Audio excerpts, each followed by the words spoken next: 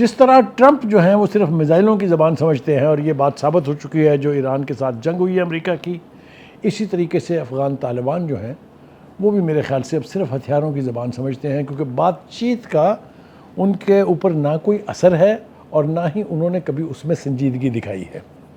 ہم نے مذاکرات کے ذریعے ان سے ایک سے زیادہ مرتبہ، میرے خیال سے درجنوں مرتبہ ہم نے کوشش کی کہ ان کے ساتھ ہمارے تعلقات جو ہیں ان کی نوعیت ہماری توقع کے مطابق رہے کہ ہم ایسٹرن بارڈر جو ہے اس کو چاہتے تھے کہ وہ پرامن رہے تاکہ ہمارا سارا فوکس جو ہے وہ ویسٹرن بارڈر کے اوپر ہو ہندوستان کے ساتھ۔ لیکن ہماری تمام تر کوششیں جتنی بھی، چاہے وہ ڈپلومیٹک لیول پر تھیں، چاہے وہ پولیٹیکل لیول پر تھیں، چاہے وہ جرگہ لیول پر تھیں، وہ ساری کی ساری ناکام ہوئی ہیں، اور ہر وقت ہمیں اس طرف کی فکر رہتی ہے کہ وہاں سے کوئی نہ کوئی گڑبڑ جو ہے وہ ہونے والی ہے۔ سب سے پہلے تو ہم نے ٹی ٹی پی کے حوالے سے افغان رجیم کو یہ باور کرانے کی کوشش کی کہ یہ لوگ دہشت گرد ہیں، یہ لوگ دہشت گردانہ کارروائیوں میں ملوث ہیں، یہ پاکستان کا بارڈر کراس کرتے ہیں، ادھر آ کے کارروائیاں کر کے پھر واپس افغانستان میں جا کے پناہ لے لیتے ہیں۔ ہم نے افغان رجیم کو کہا کہ آپ ان کو پاکستان کے بارڈر سے بہت دور کہیں لے جا کے بسا لیں تاکہ ان کے لیے یہ آسان نہ ہو آمد و رفت، لیکن ہماری یہ بات بھی انہوں نے نہیں مانی۔ کئی مرتبہ ہم نے سنا کہ جو قیادت ہے افغان طالبان کی، انہوں نے ٹی ٹی پی کو کہا بھی، کبھی ہم نے سنا کہ جو امیر ہیں اسلامی حکومت کے وہاں طالبان کے، انہوں نے ہدایات جاری کی، کبھی ہم نے سنا کہ جو دیگر ان کے لیڈر ہیں انہوں نے ہدایات جاری کی، لیکن ٹی ٹی پی نے ان کی ایک نہیں مانی۔ اب ہم تو صرف رونا ٹی ٹی پی کا رو رہے تھے، لیکن اس وقت انٹرنیشنل ایجنسیز، خاص طور سے یونائٹڈ نیشن جیسے ادارے، وہ یہ بتا رہے ہیں کہ افغانستان اب کم از کم 1 درجن دہشت گردانہ کارروائیوں کی ہب بن چکا ہے۔ ہمارے لیے یہ بہت بڑا چیلنج ہے۔ جب ہم نے دیکھا کہ کوئی ہماری بات، کوئی ہماری ڈپلومیٹک کوشش جو ہے وہ بارآور ثابت نہیں ہو رہی اور افغانستان کی طرف سے کارروائیوں میں اضافہ ہو رہا ہے،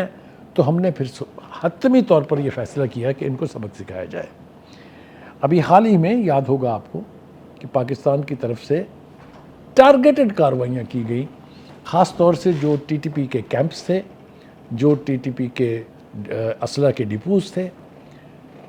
اور مقصد صرف یہی تھا کہ ان کو یہ میسج دیا جائے کہ اب کے بعد آپ کی کوئی حرکت جو ہے وہ برداشت نہیں ہوگی۔ ہم نے افغان رجیم سے یہ بھی کہا کہ جو اسلحہ امریکہ چھوڑ کے گیا ہے، جس کے بارے میں رپورٹس موجود ہیں کہ $7 ارب کا اسلحہ وہ چھوڑ کے گیا، یعنی وہ ایسا اسلحہ ہے جو اس وقت دنیا بھر کی بہت سارے ممالک کی افواج کے پاس ان کو میسر نہیں ہے، وہ اس قسم کا اسلحہ ٹی ٹی پی کے ہاتھوں اگر چڑھے گا اور وہ پاکستان کے خلاف استعمال ہوگا تو آپ بتائیے کیسے برداشت کیا جائے گا یہ۔ لہٰذا ہم نے ایریل بومبنگ کے ذریعے ان کو نہ صرف یہ کہ ان کے جو ڈپوز تھے ان کو ہم نے ہٹ کیا، نہ صرف یہ کہ ان کے جو کیمپس تھے ان پر ہم نے اٹیک کیا، بلکہ افغانستان کی کوئی 25 کے قریب جو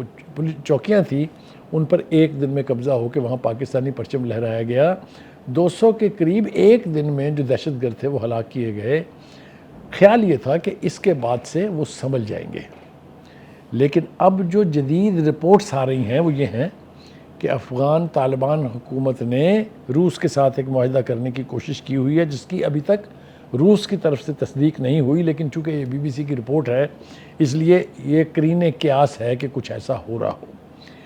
جو افغان طالبان کی قیادت ہے ان کا خیال یہ ہے کہ جب ہمیں ایئر ڈیفنس سسٹم مل جائے گا روس سے تو پھر ہم پاکستانی طیاروں کا جو ہے وہ حساب کتاب کر لیں گے۔ غلط فہمی دور کرنا چاہتا ہوں میں ان کی۔ آپ تو ایک فضائی نظام لے رہے ہیں نا ڈیفنس کا، یہ جو ہماری بغل میں بیٹھا ہوا ویسٹرن سائڈ کے اوپر دشمن ہے، اس کے پاس تو اس سے ایسے کئی سسٹم تھے، اس کے پاس تو ایک ایسی ایئر فورس تھی جس کے اوپر اتراتے تھے مودی صاحب۔ ارے ہم نے ان کا 4.5 گھنٹے میں جو حشر کیا ہے ان کے ایئر ڈیفنس سسٹمز کا اور ان کی ایئر فورس کا، کیا اس سے آپ کوئی سبق سیکھنے کے لیے تیار نہیں ہیں؟ اگر نہیں ہے تو ہم آپ کو سبق سکھائیں گے۔ ہم آپ کو بتائیں گے کہ آپ کی تمام تر کوششیں کہ آپ دہشت گردی کو وہاں پنپنے دیں، آپ کی تمام تر کوششیں کہ پاکستان کو بلیڈ کرایا جائے، یہ ناکام ہوگی، اور ہم میں کیپیسٹی ہے کہ ہم اس چیلنج کو قبول کر کے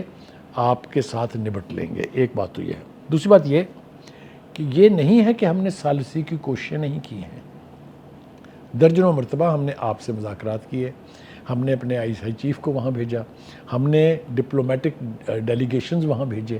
ہم نے پولیٹیکل ڈیلیگیشنز وہاں بھیجے، ہم KPK کی حکومت نے بیرسٹر سیف کے ذریعے بہت مرتبہ آپ سے انٹریکشن کرنے کی کوشش کی، لیکن آپ کی صحت پر کوئی اثر نہیں ہوا اس کا۔ آپ نے وہی رویہ اختیار کیا ہوا ہے جو ہمارے لیے ناقابل قبول ہے۔ لہٰذا اس کے بعد ہم نے 2 ملاقاتیں آپ کی لیڈرشپ کے ساتھ کی چائنا میں۔ پہلی ملاقات کے بعد یہ توقع پیدا ہو گئی تھی ہمیں کہ شاید اب افغانستان اپنے ملک کی سوچے گا اور یہ جو رویہ ان کا پاکستان کے ساتھ رہا ہے یہ ترک کر دے گا۔ اسی ملاقات کے نتیجے میں ہم نے تو یہاں تک کہا کہ ہمیں کوئی اعتراض نہیں ہے اگر افغانستان کو آپ CPEC کا حصہ بنا دیں۔ It was such an offer کہ کوئی سین لیڈرشپ افغانستان میں جو ہے وہ لپکتی اس کی طرف۔ ہم نے جب دیکھا کہ پہلی ملاقات کا بھی اثر نہیں ہوا ہے تو چین نے کرٹسی چائنا دوسری اسی نوعیت کی ملاقات کا اہتمام کیا، جس میں ہمارے ڈپٹی پرائم منسٹر اور فارن منسٹر جو ہیں اسحاق ڈار صاحب تشریف لے گئے تھے۔ اس میں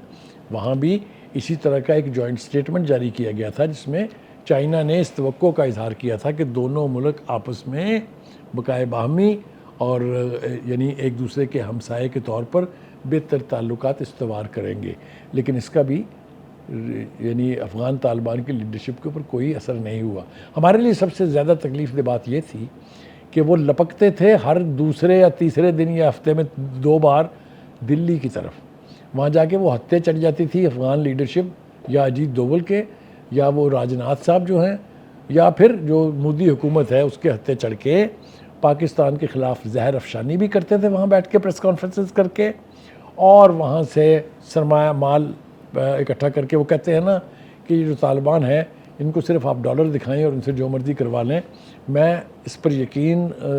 کرنے کے لیے تو تیار نہیں ہوں، لیکن شواہد ایسے ہیں کہ انہیں جہاں سے بھی پیسے ملیں وہ ان کی مرضی کا کام کرنے کے لیے کرائے کے قاتلوں کی طرح سے یعنی اویلیبل رہتے ہیں، وچ از بیڈ۔ ابھی ریسنٹلی جو چائنا کی طرف سے کنسرن شو کیا گیا ہے افغانستان کی حکومت کو، ان میں جو 3-4 باتیں ہیں وہ بہت اہم ہیں۔ پہلی بات تو یہ ہے کہ افغانستان اپنی سرزمین پر کسی ایسے گروہ کے لیے استعمال نہ ہونے دے جو پڑوسی ممالک کے خلاف دہشت گردی کرے۔ یہ ایک اوور آل سٹیٹمنٹ ہے۔ اس کا مطلب یہ ہے کہ چینی حکومت یہ سمجھتی ہے کہ افغان سرزمین جو ہے وہ پڑوسی ملکوں کے اندر دہشت گردی کے لیے استعمال ہو رہی ہے۔ اور دوسری اہم بات جو ہے وہ یہ ہے کہ ایسٹ ترکمانستان اسلامک موومنٹ جو ہے ETIM، یہ سنکیانگ میں اور چائنا کے خلاف کام کر رہی ہے، اور اس کا بھی پناہ گاہ جو ہے وہ افغانستان میں ہے، اور افغانستان کی طرف سے اس کو سپورٹ مل رہی ہے۔ اس کے اوپر بھی چائنا کو سخت اعتراض ہے اور وہ ان کو وارن کر چکے ہیں۔ دوسری جو بات ہے امپورٹنٹ وہ یہ ہے کہ چین اور پاکستان دونوں نے افغانستان سے یہ توقع کا اظہار کیا ہے کہ تحریک طالبان پاکستان TTP سمیت دیگر مسلح گروہوں کی پناہ گاہیں ختم کی جائیں گی اور ان کو سرحد پار کارروائیوں سے روکا جائے گا۔ لیکن انفارچونیٹ بات یہ ہے کہ اس پر بھی افغان طالبان رجیم کان دھرنے کے لیے تیار نہیں ہے۔ دوسری بات یہ ہے کہ چین یہ بھی چاہتا ہے کہ اس کے اقتصادی منصوبے خصوصاً China Pakistan economic corridor CPEC اور علاقائی رابطہ کاری کے منصوبے دہشت گردوں کے حملوں سے محفوظ رہیں۔ یعنی اس میں پوشیدہ نہیں کھلا اشارہ یہ ہے کہ جتنے بھی حملے ہو رہے ہیں گوادر کے اعتبار سے CPEC کے حوالے سے، ان ساروں میں بھی وہ قوتیں شامل ہیں جو اس وقت سیف ہیونز ہیں ان افغانستان۔ ہیونگ سیڈ دس، میرے خیال سے وقت کا تقاضا یہ ہے کہ طالبان رجیم کی لیڈرشپ جو ہے وہ عقل کے اور ہوش کے ناخن لے، ہندوستان کے ہاتھوں میں نہ کھلے۔ ہندوستان کبھی بھی مسلمان ملک کا دوست نہیں ہو سکتا۔ RSS کی اسٹریٹجی یہ ہے، اکھنڈ بھارت کی اسٹریٹجی اور حکمت عملی یہ ہے کہ مسلمانوں کا کلا کما کیا جائے، تو اس لیے اس کے ساتھ دوستی نبھانے کی بجائے پاکستان ایک ایسا ملک ہے جس سے آپ کی زندگی جڑی ہے، اشیاء ضروریہ کی چیزیں ہوں یا زندگی کے روزمرہ کے استعمال کی چیزیں ہوں۔ آپ لینڈ لاک کنٹری ہے، ایران میں ایک چھوٹی سی گنجائش آپ کو ہرات کے حوالے سے ہے، لیکن آپ کی لائف لائن جو ہے وہ پاکستان کے تھرو آتی ہے۔ آپ کی ساری ٹریڈ چاہے وہ ہندوستان کے ساتھ ہو چاہے وہ انٹرنیشنل ٹریڈ ہو، وہ پاکستان سے روٹ کرتی ہے۔ اس لیے اپنے ہمسائے کے ساتھ ہمسایوں والا سلوک کیجئے، ایک مسلمان ملک کے ساتھ مسلمان ملک والا سلوک کیجئے، اسی میں آپ کا بھلا ہے۔ اگر آپ نے اس کو درخور اعتنان نہ سمجھا تو آپ کی نسلیں بھی جو ہے اس کی قیمت چکاتی رہیں گی۔